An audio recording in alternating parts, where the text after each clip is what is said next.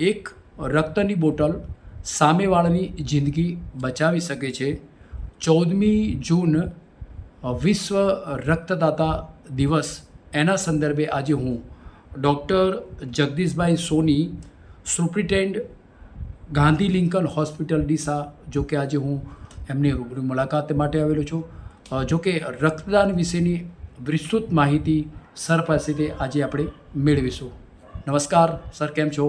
નમસ્કાર Chandubhai. Okay sir, મિત્રો, દાન આપનાર દાતા કહેવાય, એ રીતે રક્તદાન આપનાર રક્તદાતા. રક્તદાતા એટલે કે જીવનદાતા. એક રક્તદાન દ્વારા એ કોઈનું અમૂલ્ય જીવન બચાવે છે, આથી રક્તદાતાને જીવનદાતા જ કહેવાય. રક્તદાતાઓનું આ ઋણ અદા કરવાના ભાગરૂપે સમગ્ર વિશ્વ 14મી જૂનને વિશ્વ રક્તદાતા દિવસ તરીકે ઉજવે છે. Very good sir. કે જેઓ સ્વ ઈચ્છાથી કોઈ પણ પ્રકારના વળતરની અપેક્ષા વગર માત્ર પરોપકારના ભાગરૂપે રક્તદાન કરી લોહીની જરૂરિયાતવાળા વ્યક્તિઓનું જીવન બચાવવાનું ઉમદા માનવીય કાર્ય કરી રહ્યા છે. બહુ સરસ. આ માનવીય કાર્યની નોંધ સમગ્ર વિશ્વ આજે આ 14મી જૂનને વિશેષ ઉજવણીના રૂપે કરી તેઓને બિરદાવે છે. Very good sir. મિત્રો, દાન એટલે શું? આપણી સંસ્કૃતિમાં કહ્યું છે કે જે આપનારને ગર્વ ન થાય, લેનારની લાગણી ન દુભાય. હું આપું પણ વળતરની અપેક્ષા ન રહે, બહુ ફાઇન. બહુ અને લેનારની ઋણી પણ ન રહે. બહુ ફાઇન. Very good. આ આપણી ફિલોસોફી છે દાનની. અને એ રીતે આ ભાવનાથી જે લોકો રક્તદાન કરી રહ્યા છે તેવા સર્વે રક્તદાતાઓને ઇન્ડિયન રેડક્રોસ સોસાયટી ડીસા અને ભણસાલી ટ્રસ્ટ સંચાલિત Gandhi Lincoln hospital blood centre વતી હું સર્વેને બિરદાવું છું. Very good sir. એમના આ ઉમદા કાર્યની સરાહના કરું છું. મિત્રો, આપણા દેશની વાર્ષિક રક્તની જરૂરિયાત અંદાજિત 5 કરોડ રક્ત યુનિટ છે. તેની સામે આપણે માત્ર લગભગ અંદાજિત 3.5 કરોડ જેટલું રક્ત યુનિટ જ એકઠું કરી શકીએ છીએ. આમ હંમેશા રક્તની અછત રહે જ છે, જેના કારણે કરોડો લોકો રીવાઈ રહ્યા છે, પીડાઈ રહ્યા છે.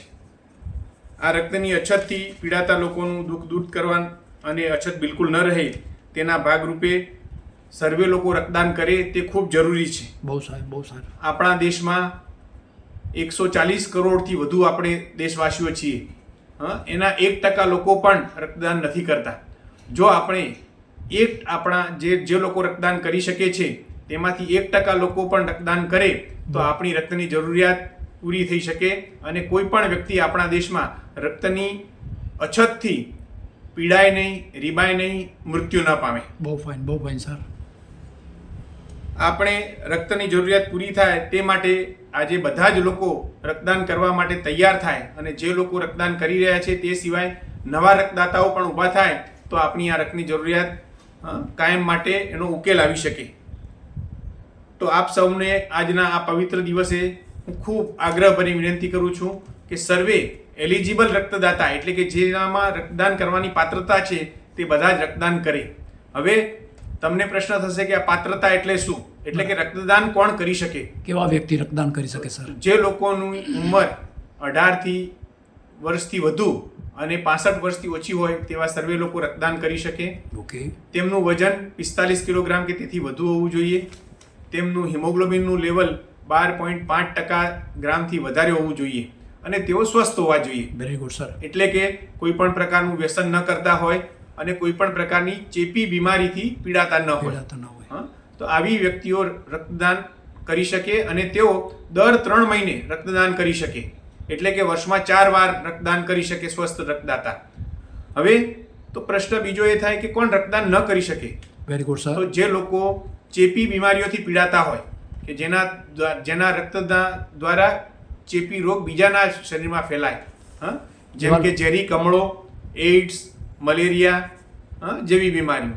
એ સિવાય જે લોકોને છેલ્લા 1 વર્ષમાં કોઈ ઓપરેશન કરાવેલું હોય અથવા તો જે વ્યક્તિઓએ છેલ્લા 6 મહિનાની અંદર પોતે રક્ત લીધું હોય, પોતાને કોઈ કારણસર રક્ત ચડાવવું પડ્યું હોય તેવી વ્યક્તિઓ પણ રક્તદાન ન કરી શકે. Okay sir. સાથે સાથે જે લોકો ગંભીર બીમારીઓથી પીડાઈ રહ્યા છે જેમ કે કેન્સર, એઇડ્સ, લકવો, ડાયાબિટીસ, હૃદયરોગ વગેરે, એ બધી જ બીમારીઓ ગંભીર બીમારી હોય કે જે આપવાથી રક્તદાતાનું જીવન જોખમાય તો એ લોકોએ પણ રક્તદાન કરવું નથી ન કરી જોઈએ. Okay sir. આપણે દર 3 મહિને રક્તદાન કરી શકીએ છીએ. એટલે વર્ષમાં 4 વાર રક્તદાન કરી શકાય. વધુમાં જે લોકોએ કોઈ પણ પ્રકારની રસી લીધી હોય કે છેલ્લા 1 વર્ષમાં હડકવાની રસી લીધી હોય તો પણ રક્તદાન ન કરી શકાય. Okay sir.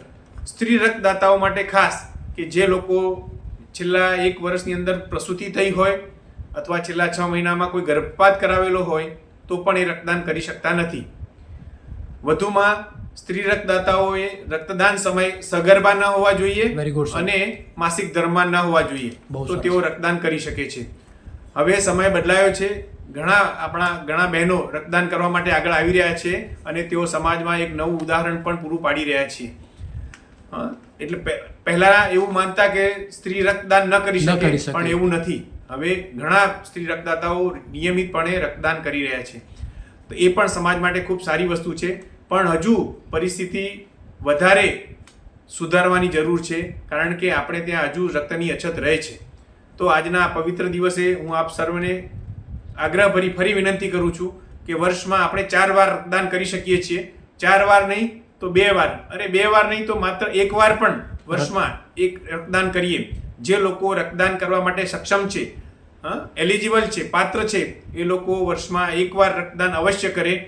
અને મારો આગ્રહ છે કે 1 વાર નહીં તો 2 વાર કરવું જોઈએ જેથી કરીને જે કંઈ પણ રક્તની અછતના કારણે જે લોકો ગંભીર અકસ્માત જેને થયો હોય અને રક્તની જરૂરિયાત હોય, મોટી બીમારી હોય, જે લોકોના મોટા ઓપરેશન થવાના હોય, વધુમાં આપણા બહેનો કે જે લોકોને પ્રસૂતિ વખતે ખૂબ રક્તસ્રાવ થતો હોય અને રક્તની જરૂરિયાત ઊભી થતી હોય, એ લોકોને સગર્ભાવસ્થા દરમિયાન પણ ઘણીવાર લોહી ઓછું હોય જેથી કરીને ગર્ભના બાળકનો વિકાસ ન થતો હોય, એ સમયે પણ રક્તની જરૂરિયાત ઊભી થાય છે. તો એવા લોકોને આ ઉપરાંત thalassaemia, sickle cell anaemia, haemophilia જેવી ગંભીર બીમારીઓથી જે લોકો પીડાતા હોય, જેને સતત રક્તની જરૂરિયાત ઊભી થતી હોય, એવા લોકોને રક્ત મળી રહે એ ખૂબ જરૂરી છે. અને જો આ લોકોને રક્ત મળી રહેશે તો આપણો સમાજ ખૂબ સ્વસ્થ બનશે. તો આજના પવિત્ર દિવસે આપણે સૌ મળીને પ્રતિજ્ઞા લઈએ, સંકલ્પ લઈએ કે આપણે બધા રક્તદાન કરીશું અને રક્તની અછતથી પીડાતા લોકોની પીડા દૂર કરવાનો પ્રયત્ન કરીશું. રક્તની અછતથી પીડાતા, રીબાતા અને મૃત્યુ પામતા લોકોના જીવનમાં નવો પ્રકાશ ફેલાવવા માટે આજે આપણે સંકલ્પબદ્ધ થઈએ. આવો આપણે સૌ સાથે મળી રક્તદાન કરીએ અને સ્વસ્થ સમાજનું નિર્માણ કરીએ અને સ્વસ્થ સમાજના નિર્માણમાં સૌ સહભાગી થઈએ. જય હિન્દ. રક્તદાન મહાદાન. રક્તદાન મહાદાન. રક્તદાન મહાદાન.